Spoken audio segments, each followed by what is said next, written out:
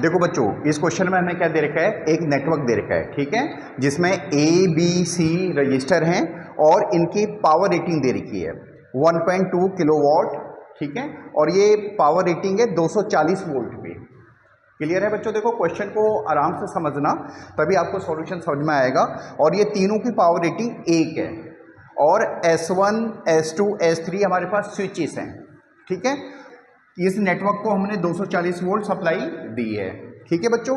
तो ये क्वेश्चन देखो बहुत आसान बन गया है। अगर ये 220 होता तब आपको कैलकुलेशन अलग से करनी पड़ती थोड़ा सा। तो क्वेश्चन समझ में आ गया। तो इसका पहला पार्ट देखो, पहला पार्ट वो हमें कह रहा है कि जो हीटिंग एलिमेंट हैं या जो रजिस्टर हैं, ये इनका रजिस्टेंस हमें पता करना है, ठीक है। तो आप देखो पावर का जो फॉर्मूला होता है वो होता है हमारे पास VI या I²R, ठीक है। और अगर आप इसको चेंज करना चाहो तो ये V²/R भी हो जाएगा, ठीक है। कोई भी एक फॉर्मूला आप रट लो तो वो सब एक दूसरे में कन्वर्ट हो जाते हैं आसानी से, ठीक है बच्चों। अब देखो हमें चाहिए इन एलिमेंट्स का रेजिस्टेंस, तो वैल्यू सब्स्टिट्यूट कर देते हैं। पावर की वैल्यू दे रखी है हमें 1.2 किलोवाट, 1.2 किलो मतलब 1000, ठीक है। और किस पे दे रखी है? 240 वोल्ट पे। यानी अगर इन एलिमेंट के अक्रॉस वोल्टेज 240 वोल्ट होगी तभी ये इतनी पावर कंज्यूम करेंगे, ठीक है। तो वोल्टेज अगर 240 वोल्ट होगी, ठीक है, तभी ये इतनी पावर कंज्यूम करेंगे। तो यहां से हमारे पास रेजिस्टेंस की वैल्यू आ जाएगी। क्लियर है बच्चों? अब निकालो रेजिस्टेंस की वैल्यू, कैलकुलेशन करनी है। 240 इंटू 240 अपॉन 1200, ठीक है।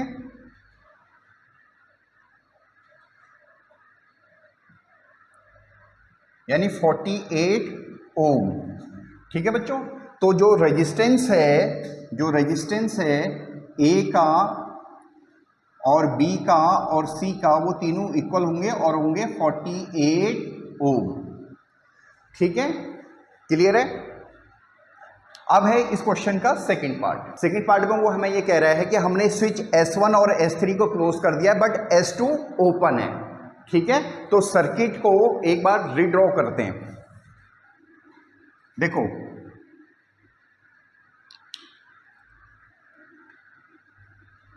हमारे पास सप्लाई अभी भी 240 वोल्ट ही है। देखो रेजिस्टेंस A, क्योंकि ये ओपन है बच्चों, ठीक है, तो इस वाले सर्किट का कोई मतलब नहीं है। अगर हम इसका नाम दे दें, कुछ X दे दें और Y दे दें, तो आपको समझ में आना चाहिए X से लेकर Y तक कोई मीनिंग नहीं है, ठीक है। तो हमने इसको सिंपल ऐसे लगा दिया। ये B हो गया, ये A है और नीचे वाला क्लोज है तो ये C बन जाएगा, ठीक है। अब आप इसको देखो, चाहे तो आप इसको रजिस्टर के रूप में लिख लो अगर आपको समझ में नहीं आ रहा है ऐसे। तो ये सर्किट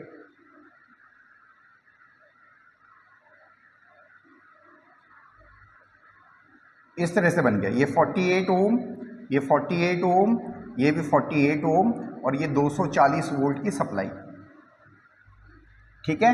और अब हमें करंट निकालना है A में, B में और C में, ठीक है। तो करंट निकालने के लिए हम ओम्स लॉ का यूज करेंगे। ओम्स लॉ है हमारे पास V = IR, ठीक है।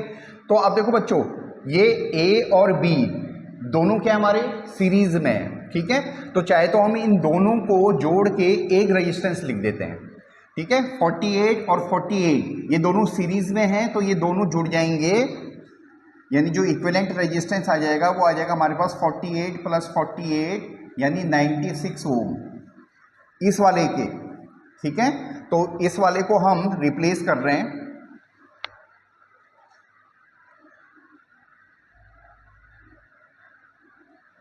तो हम इस वाले नेटवर्क को, इस वाली ब्रांच को एक सिंगल रजिस्टर से रिप्लेस कर रहे हैं, दैट इज 96 ओम, ठीक है।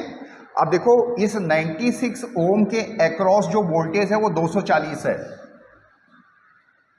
और करंट निकालना है हमें, यहां पे करंट निकालना है और रेजिस्टेंस है हमारे पास 96, तो करंट की वैल्यू आ जाएगी 240 अपॉन 96,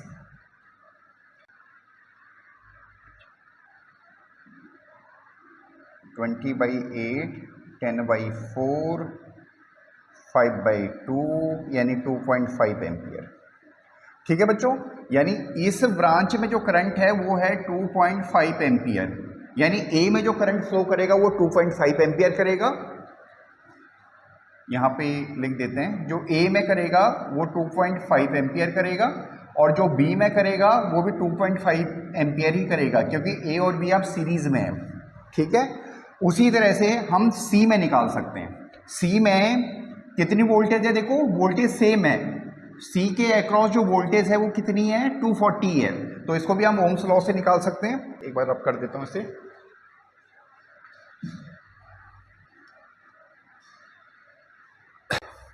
देखो बच्चों, सी के अक्रॉस वोल्टेज कितनी है, 240 वोल्ट ही है। ठीक है, ये सी है 48 ओम का, तो इसको भी हम ओम्स लॉ से ही करेंगे। V = IR, वोल्टेज है 240 वोल्ट, करंट की वैल्यू निकालनी है, रेजिस्टेंस है 48, करंट की वैल्यू आ जाएगी 240 अपॉन 48,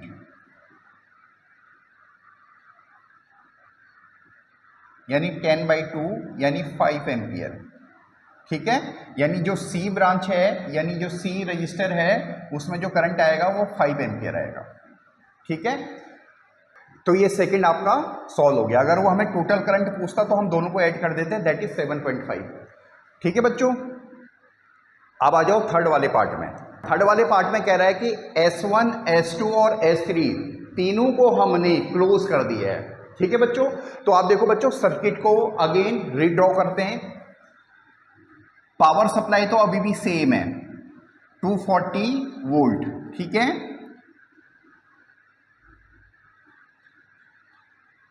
अब देखो हमने S2 स्विच को भी क्लोज कर दिया बच्चों। ठीक है, तो देखो जैसे ही हम S2 स्विच को क्लोज करेंगे, ये हमने सर्किट कंप्लीट कर दिया, तो B रेजिस्टेंस की कोई वैल्यू नहीं रहेगी बच्चों। ठीक है, क्यों नहीं रहेगी, करंट हमेशा इजी पाथ को फॉलो करता है। ठीक है, तो करंट यहां से फ्लो कर जाएगा, यानी इस रेजिस्टेंस की कोई वैल्यू नहीं रहेगी, यानी ये बाईपास हो जाएगा। समझ में आ रहा है, क्लियर है? ठीक है, तो हम इस सर्किट को ऐसे ड्रॉ करेंगे कि इस वाली ब्रांच में तो केवल एक ही रजिस्टर रह गया है, ए। ठीक है, और इस ब्रांच में सी रह गया है।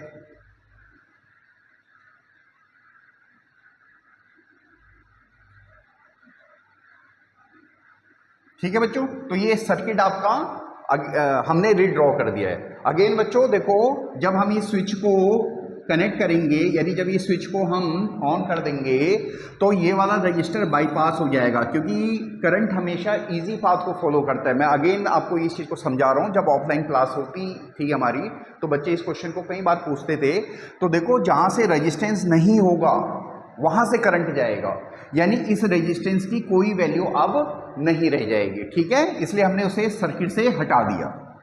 ठीक है बच्चों, अब हमें निकालना है power consumed by this element. A element कितनी पावर को कंज्यूम कर रहा है। ठीक है, तो पावर कंज्यूम के लिए हमारे पास क्या है, फॉर्मूला, वही फॉर्मूला जो हमने आपको बताया था,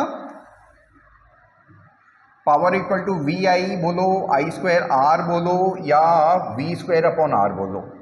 ठीक है, तो V² अपॉन R का इस्तेमाल आप कर सकते हो। V हमारे पास है 240 का स्क्वायर, और R की वैल्यू आ जाएगी हमारे पास 48 ओम। ठीक है, ये वैल्यू मत डालो, 48। ठीक है बच्चों, अगेन देखो, इस पैरामीटर पे तो हमें रेटिंग दे ही रखी है 1.2 किलोवाट। ठीक है, तो अगर आप इसको सॉल्व करोगे तो हमारे पास इतना ही आ जाएगा, 1.2 इंटू 1000 यानी 1200 वाट आ जाएगा। यानी आप इसको ऐसे भी बोल सकते हो 1.2 किलोवाट। ठीक है, क्लियर है बच्चों? देखो, अगर वो हमें ये पूछता है कि अगर इस सिनेरियो में बी में से क्या करंट जाएगा, तो हम बोलेंगे 0 करंट जाएगा। ठीक है, होप सो आपको समझ में आया होगा। अगर कोई प्रॉब्लम हो तो आप कमेंट कर सकते हो। ठीक है, थैंक यू।